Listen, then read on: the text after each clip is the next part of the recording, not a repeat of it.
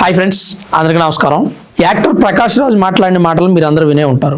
హిందూ ధర్మం గురించి రామాయణాన్ని వక్రీకరిస్తూ బీజేపీ పార్టీ మీద విషం చిమ్మేటువంటి ప్రయత్నంలో హిందూ ధర్మాన్ని వాడుకున్నాడని నేను అంటున్నాను. ఎందుకంటే అవతార పురుషుడైనటువంటి శ్రీరాముణ్ణి నేనేం అనలేదు, అన్నాను అని ప్రచారం చేస్తున్నాను. నాకు అంత అవసరం లేదు, నేను ఏ ధర్మాన్నైనా గౌరవిస్తాను అని అన్నాడు. రాజకీయాల కోసం హిందూ మతాన్ని వాడుకునే వ్యక్తుల గురించి మాత్రమే మాట్లాడాను అన్నాడు. ఒక లిటరీ ఫెస్టివల్లో ఆర్ట్ అండ్ ఇట్స్ రెసిలియన్స్ అనే ఒక విషయం మీద నేను చేసిన ప్రసంగం, సంవాదం, దాని నుంచి కొన్ని మాటల్ని మాత్రం తీసుకుని దాన్ని వక్రీకరించి నేనేదో అవతార పురుషుడు శ్రీరాముడిని ఎటకారం చేశానని, హిందూ ధర్మాన్ని హర్ట్ చేసే ఫీలింగ్స్ ఇచ్చానని కొందరు ఊగుతున్నారు.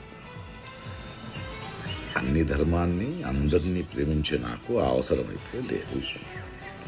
కానీ ధర్మాన్ని మతోన్మాదంతో అడ్డుపెట్టుకొని అసహ్యమైన రాజకీయం చేస్తున్న వాళ్ళని నేను అడిగే ప్రశ్నలకి సమాధానం ఇవ్వలేక కొందరు నన్ను యాంటీ హిందూ ధర్మ విరోధి అని బింబించడానికి ప్రయత్నిస్తున్నారు.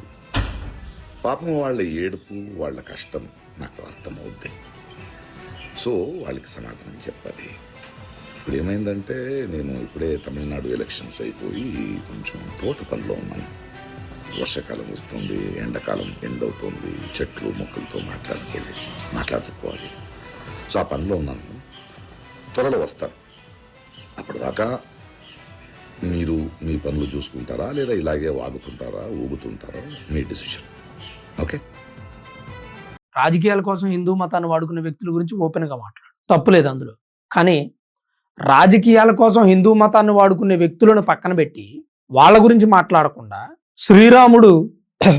శ్రీరాముడు ఉత్తరాదివాడని, దక్షిణాదికి వలస వచ్చాడని, తోటలో పండ్లు కోసుకున్నాడు, దొంగతనం చేశాడని, శ్రీరాముడిని దొంగ అన్నావు నువ్వు. ఇంకంతకంటే ఏమనాలి? రావణ బ్రహ్మని గిరిజనుడు అన్నావు, బ్రాహ్మణ ఆయన్ని గిరిజనుడు అనేసావు నువ్వు. తర్వాత రాముడు లక్కీ అని పిలుస్తాడంట లక్ష్మణుడిని, రామ్ అని పిలుస్తాడంట లక్ష్మణుడు. పండ్లు దొంగిలించినందుకు శ్రీరాముడు జిఎస్టీ కడతాను అన్నాడంట $2000. ఇలాంటి వెటకారపు మాటలు మాట్లాడి మళ్ళీ దాని గురించి వివరణ ఇస్తాడంట. క్లియర్ గా వినండి, వివరణ, క్షమాపణ కాదు. క్షమాపణ చెప్పలా. ఒకవేళ నేను తప్పుగా మాట్లాడలేదండి, నేను మాట్లాడింది మీకు తప్పుగా అనిపిస్తే క్షమాపణ కోరుతున్నాను అని ఎంతటి అవివేకైనా చెప్తాడు. నేను తప్పు అనలేదండి, ఒకవేళ మీకు తప్పుగా అనిపించింది కాబట్టి నన్ను క్షమించండి అని చెప్తాడు. ఎవడైనా ఏ అవివేకైనా, అసలు జ్ఞానం లేనివాడని చెప్తాడు. ఇక్కడ నువ్వు మాట్లాడింది తప్పు అని క్లియర్ గా తెలుస్తోంది. హిందువుల మనోభావాలు దెబ్బతిన్నాయి, హిందువులు మిమ్మల్ని ప్రశ్నిస్తున్నారు.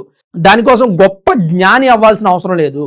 మీరు రాముణ్ణి దొంగ అన్నారు, పళ్ళు దొంగిలించాడు అన్నారు, మీరు రావణ బ్రహ్మని గిరిజనుడు అన్నారు. ఇంతకంటే ఇంకా మీరు అవమానించేదేముంది?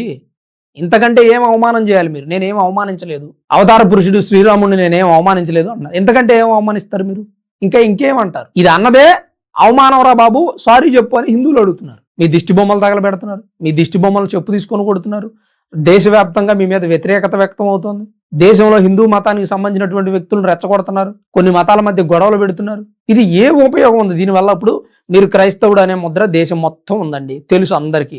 మీ పేరు ప్రకాష్ యాంటోనీ రాయ్ అనే విషయం అందరికీ తెలిసిపోయింది. నటుడు సూర్య చెప్పిన దగ్గర నుంచి మీ మీద క్లారిటీ వచ్చింది. అంతకుముందు కొంతమందికి మాత్రమే తెలుసు, లేదా మీడియా సోదరులకు తెలుసు, లేదా ఇంకాస్త రీసెర్చ్ చేసే వాళ్ళకి తెలుసు. కానీ ఇప్పుడు దేశం మొత్తం తెలిసిపోయింది మీరు క్రైస్తవుడు. మీరు క్రైస్తవుడు కాబట్టి హిందువులను వ్యతిరేకిస్తున్నారని కూడా అంటున్నారు.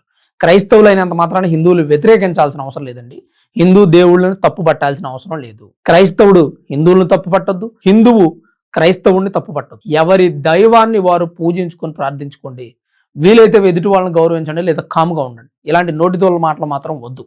ఎందుకంటే దీనివల్ల మనోభావాలు దెబ్బతింటాయి, రెండు మతాల మధ్య విద్వేషాలు పెరుగుతాయి, విభేదాలు పెరుగుతాయి, దూరం పెరుగుతుంది. నువ్వు క్రైస్తవుడి అవ్వడం వల్ల, నువ్వు హిందూ దేవుణ్ణి కించపరచడం వల్ల క్రైస్తవులంతా హిందూ దేవుళ్ళని కించపరుస్తారు అని హిందూ సోదరులు అనుకుంటారు. ఒక హిందూ అయ్యుండి క్రైస్తవుణ్ణి కించపరిస్తే హిందువులంతా క్రైస్తవుల్ని కించపరుస్తారంటారు. ఇప్పటికే మా కాంగ్రెస్ ప్రభుత్వం వస్తే హిందువులందరినీ ఊచకోతకు వస్తామని నిన్న ఒక ముసలాయన రిపోర్టర్తో మాట్లాడుతున్నాడు. ఇప్పుడు మీ బీజేపీ ప్రభుత్వం ఉందని రెచ్చిపోతున్నారు, కాంగ్రెస్ పార్టీ గెలిస్తే ఊచకోతకు వస్తాం అన్నారు. ఇప్పుడు బీజేపీ పార్టీ ఏమైనా ఊచకోతకు వస్తుందా మిగిలిన? అసలు బీజేపీ పార్టీ హిందువులకు సరైనటువంటి మద్దతు ఇవ్వట్లేదు, ఓటు బ్యాంకింగ్ రాజకీయం చేస్తుంది అంటున్నారు. మరి ఒకవేళ బీజేపీ పార్టీ నిజంగా హిందువుల తరపు నుండి రాజకీయం చేస్తే ప్రకాష్ రాజ్ లాంటి వ్యక్తులు ఇలా పేలగలరా? ఒక్కసారి నా మాట అర్థం చేసుకో. మీరు శ్రీరాముని తప్పు పట్టారు, శ్రీరాముని దొంగ అన్నారు. మీరేమంటున్నారు అంటే నేను అక్కడ జరిగినటువంటి కార్యక్రమంలో ఎగ్జాంపుల్గా ఒక చిన్న విషయం చెప్పాను కదా, దానికి ఎందుకు ఫీల్? ఎగ్జాంపుల్కి కూడా చెప్పకూడదు. ఎగ్జాంపుల్కి మేము పూజించే దేవుణ్ణి, మా మనోభావాలతో ముడిపడి ఉన్న అంశాన్ని దొంగ అంటారా? ఎగ్జాంపుల్గా మాట్లాడేటువంటి విషయాన్ని మా పురాణ ఇతిహాస గాథల స్టోరీని మార్చేస్తారా? మీకు నచ్చినట్టు అల్లుకుంటారా? మీరు ఒక రాజకీయ పార్టీని టార్గెట్ చేసే అంశం ఉంటే టార్గెట్ చేయండి. దానికి మా పురాణాలను ఎందుకు వాడుకుంటున్నారు? మా మనోభావాలతో ముడిపడి ఉన్నటువంటి అంశాన్ని ఎందుకు మీరు ఎగ్జాంపుల్గా తీసుకుంటున్నారు? ఎగ్జాంపుల్గా మీరు చెప్పేది ఏంటండి? ఎగ్జాంపుల్గా ఎందుకు చెప్తారు మీరు? మేము కూడా చెప్తాం ఎగ్జాంపుల్గా మీరు ప్రార్థించేటువంటి దేవుణ్ణి ఊరుకుంటారా? మేము కూడా చెప్తాం ఏదో ఒకటి ఎగ్జాంపుల్, మీకు నచ్చుతుందా? కానీ మేము అలా చెప్పలేము. అసలు మత గొడవల్ని, మత విద్వేషాలని రెచ్చగొట్టేది మీరు ఈరోజు ఆ మాట మాట్లాడడం వల్ల ఈ దేశంలో ఉన్న హిందువులంతా ఆగ్రహం వ్యక్తం చేస్తారు. ప్రకాష్ రాజ్ ఒక క్రైస్తవుడు, ఎందుకు హిందూ దేవుళ్ళని టార్గెట్ చేశాడు అని ప్రశ్నిస్తున్నారు. ఏం సమాధానం చెప్తారు మీరు దీనికి? కామ్గా ప్రశాంతంగా ఒక వీడియో రిలీజ్ చేసి, హాయ్ గాయ్స్, నేను ఇలా వివరణ ఇచ్చాను, అలా అన్నాను, నా మీద రెచ్చిపోయేటువంటి రాజకీయ పార్టీలకు సపోర్ట్ చేసే వ్యక్తులు, తొత్తులు, వాళ్ళు నన్ను ఏం చేసుకుంటారో చేసుకోండి, నాకు తమిళనాడు ఎలక్షన్స్ ఉన్నాయి, నేను అక్కడికి వెళ్ళి రావాలి, క్యాంపెయినింగ్లో పాల్గొనాలి, ఎండలు బాగా మండిపోతున్నాయని చెప్పి వెటకారంగా వీడియో చేస్తారా? ఇదేనా మీకున్నటువంటి జ్ఞానం? ఇదేనా మీరు హిందువులకు ఇచ్చేటువంటి గౌరవం? మీరు తప్పు మాట్లాడారు అని చెప్పి హిందువులు అంటున్నారు అనేదేముంది, మీరు మాట్లాడింది కనపట్లేదా? సరదాకైనా ఎలా అంటారండి? నాకు అర్థం కాదు. సరదాకి, ఎగ్జాంపుల్కి మా పురాణాలను వాడుకుంటారా? మా దేవుడిని అడ్డం పెట్టుకుంటారా? నీకు ఎగ్జాంపుల్కి చెప్పడానికి, నీ రాజకీయ పార్టీని విమర్శించుకోవడానికి, నీ అపోజిషన్ పార్టీని, నీకు నచ్చని పార్టీని నిందించడానికి దేవుడు తప్ప నీకు వేరే అంశం దొరకలేదా? మొన్న విజయ్ దళపతి గారు జీసస్ ఫోటో పెట్టుకొని తమిళనాడులో ఎన్నికల ప్రచారం చేశారు. మరి దాని మీద మీరు స్పందించలేదే? బీజేపీ పార్టీ వాళ్ళు దేవుడి ఫోటో పెట్టుకొని ఎప్పుడు ఎన్నికల ప్రచారం చేయలేదు కదా. ఒకవేళ చేసినా మేమే ఒప్పుకోం, ఏదో రకంగా అడుగుతాం, ఎందుకు మీరు దేవుడి ఫోటో పెట్టుకొని ప్రచారం చేస్తున్నారు? బీజేపీ పార్టీ వాళ్ళు హిందువులకి కొంత సపోర్ట్ చేస్తారు అనేటువంటి అంశం ఉంది అంతే. వాళ్ళేం డైరెక్ట్ గా హిందువుల మీదకి వచ్చేటువంటి ఆపదలను ప్రతిదాన్ని ఆపట్లేదండి. హిందూ మతాన్ని ఒక 1000 సంవత్సరాల పాటు కాపాడే ప్రయత్నం ఏమి బీజేపీ పార్టీ చేయట్లేదండి.